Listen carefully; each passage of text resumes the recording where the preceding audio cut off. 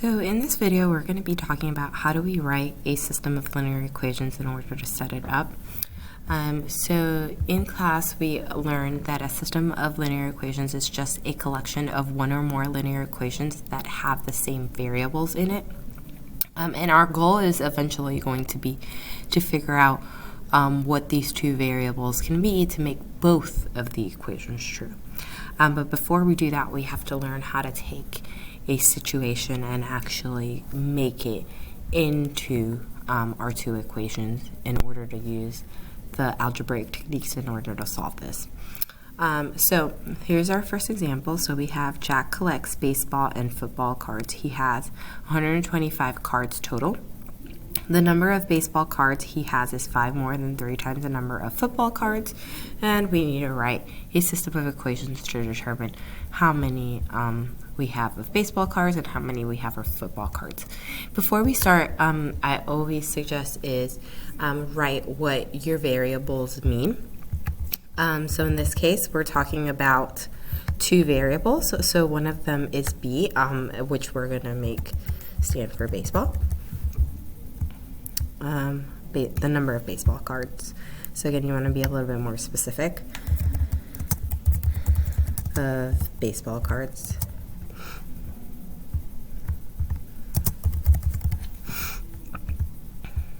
And then we have F, which we're going to make stand for the number of football cards.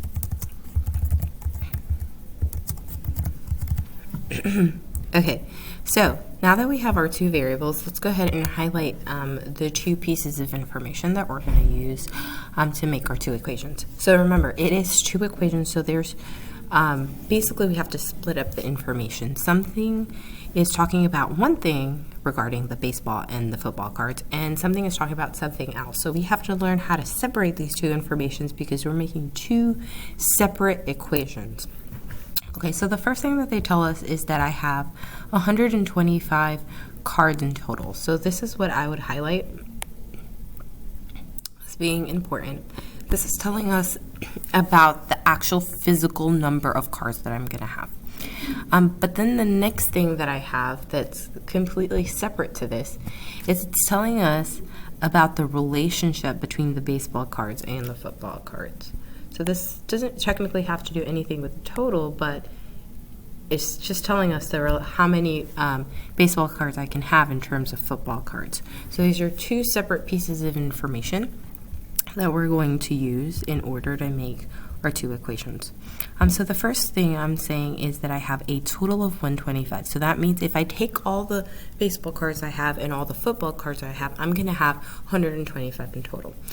Whenever we think about this, basically, like let's suppose I had 120 baseball cards and I had 25 football cards, I would take 120 and 25, add it together, and get 125. So again, I'm taking the baseball and the football, adding it together, and getting 125. So the first equation would be B plus F equals 125. And this is usually the case whenever I see the word total. Then the next thing is basically just exactly the way that I read it. The number of baseball cards, so B, is 5 more than 3 times the number of football cards. So I'm going to take 3 times the number of football cards, and I'm going to have 5 more than that, so that just means plus 5. So again, I got the 3 times from this. This meant I'm multiplying football cards by 3, and then the 5 more, the plus 5, I got it from here. Okay, so let's go on and move to the next example. So in here, I'm talking about the area. So first the length and the width, and not the area, sorry, the perimeter. So they have a lot that is 5, that has a length 5 times greater than the width, and the perimeter of the lot is also 120 feet. So we need to write two equations.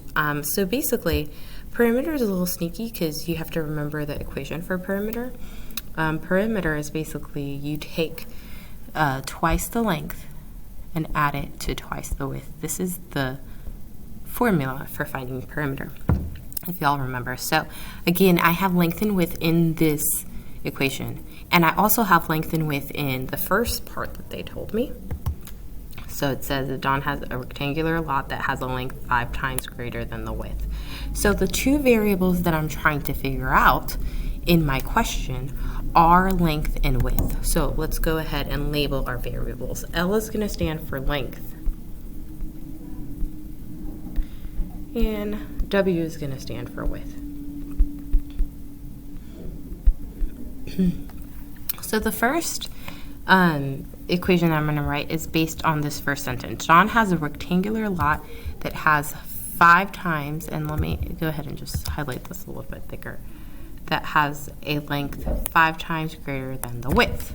Okay, so again, I'm talking about,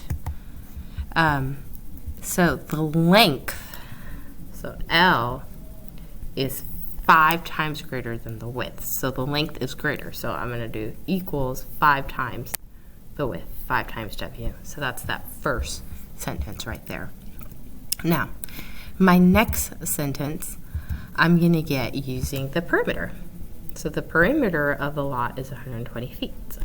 So again, I have here twice the length plus twice the width, because that is the formula for perimeter,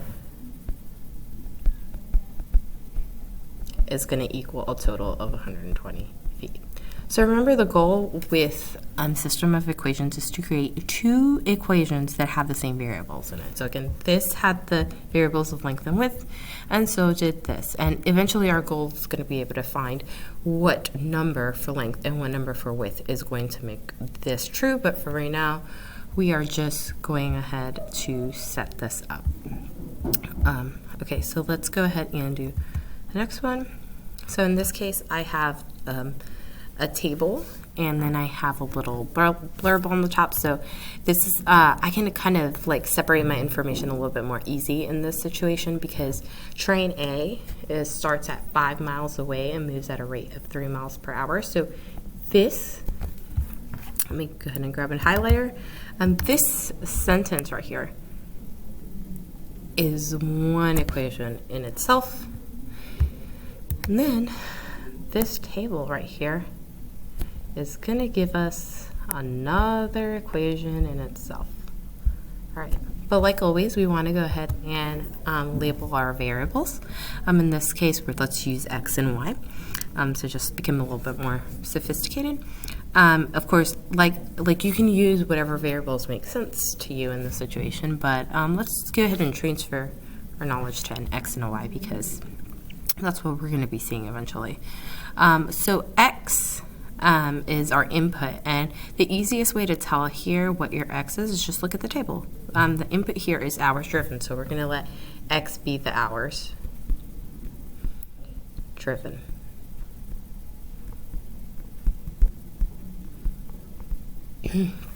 And then we're going to let Y be our output, which in this table right here is the miles driven.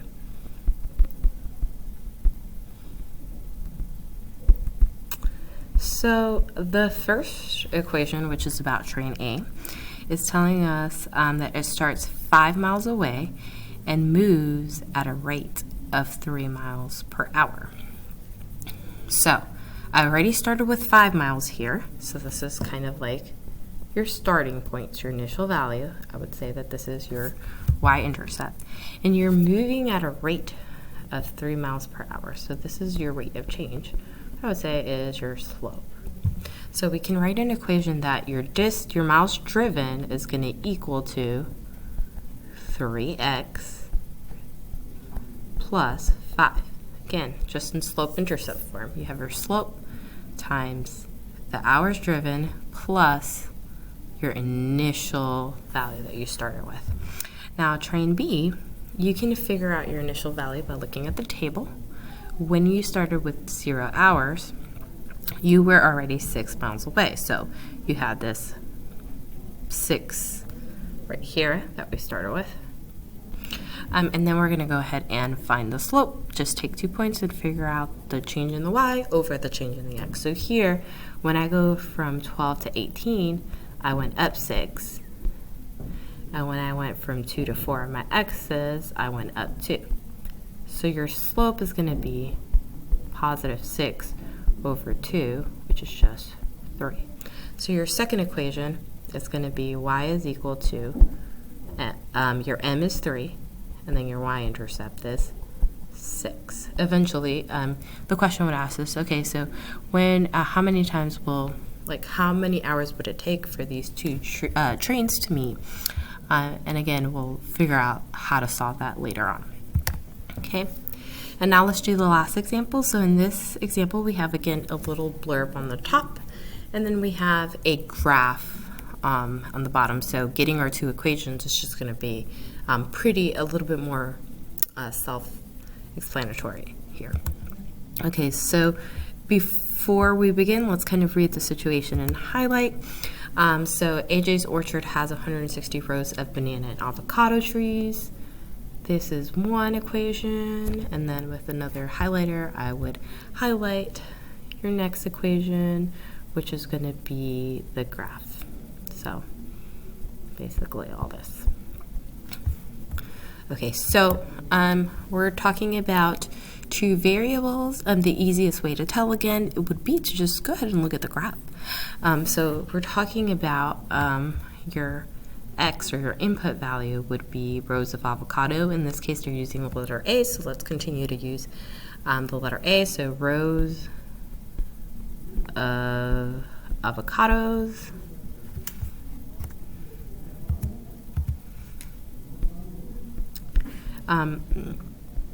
So notice that it's not talking about individual avocados, it's talking about rows. So depending on how many I'm putting in each row will depend on how many avocados I have.